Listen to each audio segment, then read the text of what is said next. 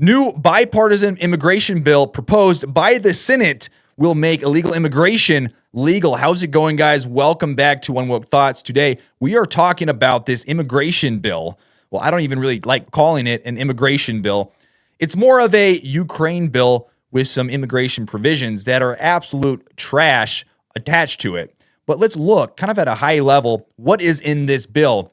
Right here, the bill, which is $118.28 billion. $60 billion goes to Ukraine, $14 billion goes to Israel, $2.4 billion goes to operations in the U.S. Central Command to address expenditures related to the conflict in the Red Sea, $10 billion goes to humanitarian assistance in Gaza, $4.8 billion goes to support regional partners in the Indo-Pacific and deter aggression by the Chinese government, $2.3 billion goes to continue support for Ukrainians displaced by the war. $20 billion goes to address the existing operational needs and expand capabilities at our nation's borders. And then $400 million goes to a nonprofit security grant program to help nonprofits and places of worship make security enhancements. So notice this.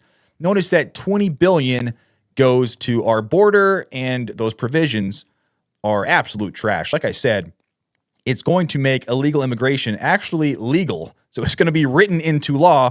And then $60 billion goes to Ukraine. So why is $20 billion going to our own home country?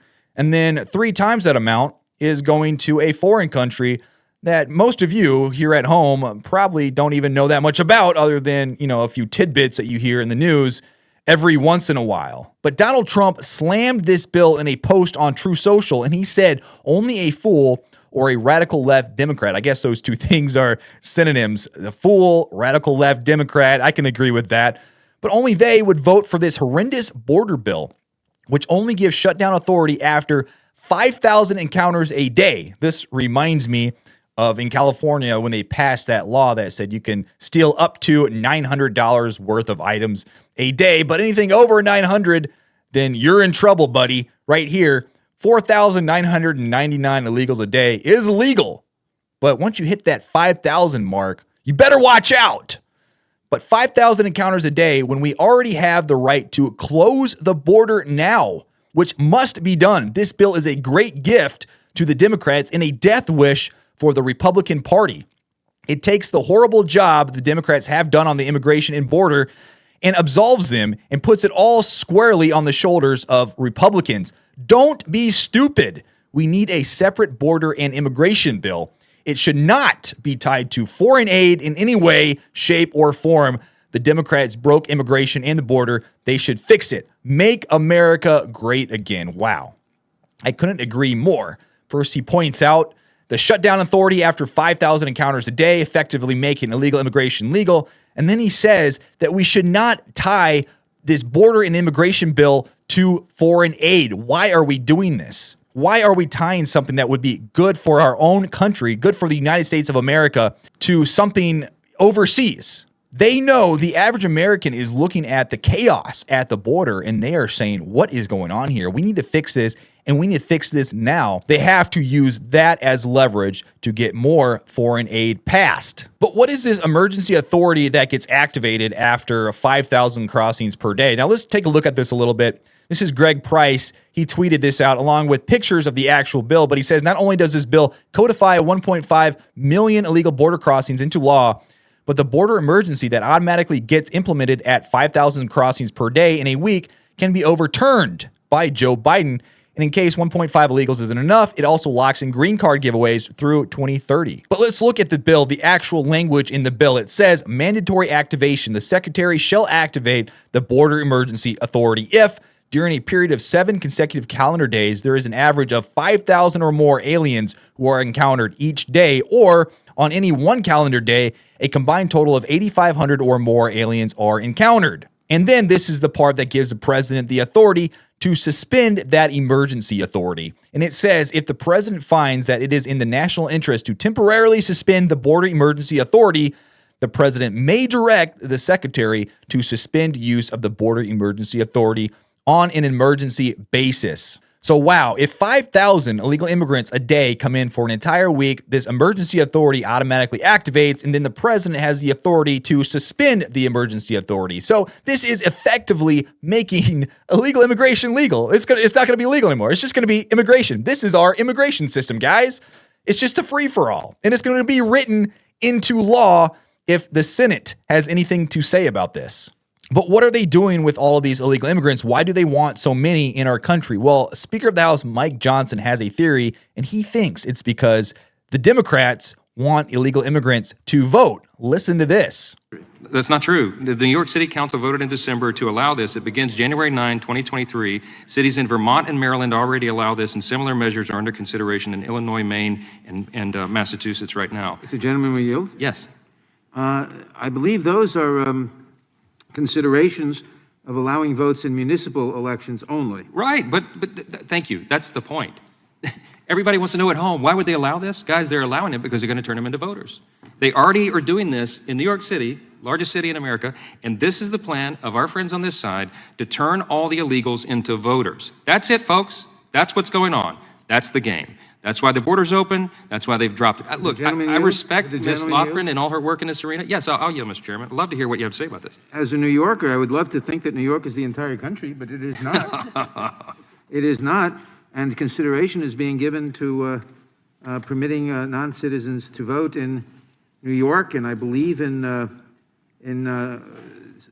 capital city of Vermont. I forget which that is, but as much as I'd like to believe it, New York and Vermont are not the entire country. But, Mr. Chairman, that's the whole point. This is what's going on, folks, at home. If you're trying to figure this out, if you're scratching your heads, you're seeing the video, you see droves of people, 2.4 million people coming over the border illegally, the president allowing, the Democrats in charge of Congress are allowing it. The deal is they're going to turn them into voters. You just heard it. They don't have any problem with that. They celebrate it. Here's the deal. We have a problem with it. The Constitution has a problem with it. American elections should be decided by American citizens. That's it. That's what this is about. That's why we're jumping up and down and screaming, my friends on the video who are commenting about this. That's why we're so upset, because our constituents are frightened that we are losing our country. We're losing our security, and we're losing our sovereignty, because we're going to allow people from 160 different countries around the world to come in here and decide our elections. That's it. Here it is on record. You all heard it. I'm out of time. I yield back. Wow, considerations to allow non-citizens to vote in municipal elections. And he acts like it's so much better because, these are just municipal elections. It's not like these are national elections. Guys, we are talking about allowing non-citizens, people who are not citizens of the United States of America, to vote in elections. This is how they like to do it. Like him right here, he's talking about, these are just municipal elections. But that's how they do it, guys. That's how they drive the wedge slowly in.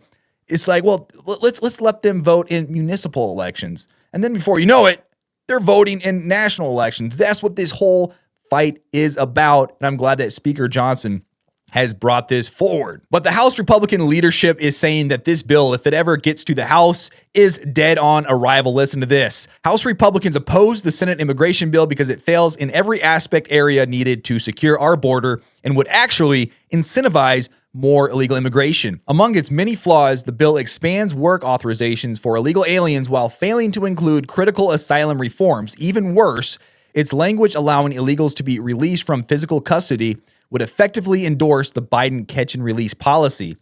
The so-called shutdown authority in the bill is anything but, riddled with loopholes that grant far too much discretionary authority to Secretary Alejandro Mayorkas, who has proven he will exploit every measure possible in defiance of the law to keep the border open. The bill also fails to adequately stop the president's abuse of parole authority and provides for taxpayer funds to fly and house illegal immigrants in hotels through the FEMA Shelter and Services Program. Because President Biden has refused to utilize his broad executive authority to end the border catastrophe that he has created, the House led 9 months ago with the passage of the Secure the Border Act. That bill contains the necessary components to actually stem the flow of illegals and end the present crisis. The Senate must take it up immediately. America's sovereignty is at stake. Any consideration of this Senate bill in its current form is a waste of time. It is dead on arrival in the House. We encourage the U.S. Senate to reject it. So this is good news. If it ever reaches the House, it is most likely dead on arrival. But at the same time, how was this even proposed in the first place? This is a bipartisan bill. You're telling me Republicans agreed to these things? I mean, like, what are we getting for immigration? What are we getting for the border versus what Ukraine, a foreign country, is getting? First off, $20 billion for the border, 3 times more for Ukraine. And then the provisions allowed for the border basically make illegal immigration legal. It is preposterous. But Senator Chuck Schumer is pretty proud of this bill. He probably thinks that this bill is genius and brilliant and a total work of art. Look at his dumb little face smiling like this. But he says on this border bill, if the bill doesn't pass, Americans might fight in Ukraine. Wow. Listen to this. You've said that you worked very closely with Leader McConnell on this bill. Now that we see what's in it, seems to be as bipartisan as it gets. Why wouldn't both sides really want this to go through? Well, it's a great question, Mika. Look, it took a long time, 4 months of arduous negotiations. They fell off the tracks a whole bunch of times. I had to be on the phone even at midnight saying, we've got to keep going. Why? We're at a turning point in America. This bill is crucial, and history will look back on it and say, did America fail itself? Why is it crucial? Well, if we don't aid Ukraine, Putin will walk all over Ukraine. We will lose the war, and we could be fighting in Eastern Europe in a NATO ally in a few years. Americans won't like that. If we don't help Israel defend itself against Hamas, that perpetual war will go on and on and on. If we don't help humanitarian aid to the starving Palestinians in Gaza, hundreds of thousands could starve. And the border, everyone has said it's chaos. You just saw Speaker Johnson. He said it's chaos. We have to do something legislative a few months ago.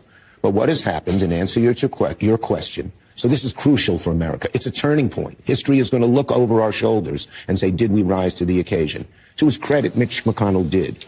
But too many Republicans, including Speaker Johnson, are just scared to death of Donald Trump. Oh, it's a compromise, all right. It's all about the Republicans compromising to the Democrats, because if you look at this bill, there really isn't much in it that helps the border. And you can see where his loyalties lie. You see what he says about Ukraine. He goes on and on and on about Ukraine and how it's so important to fund Ukraine. And then as an afterthought, he says, oh, yes. And then, yeah, look at the chaos at the border. That needs to be addressed too.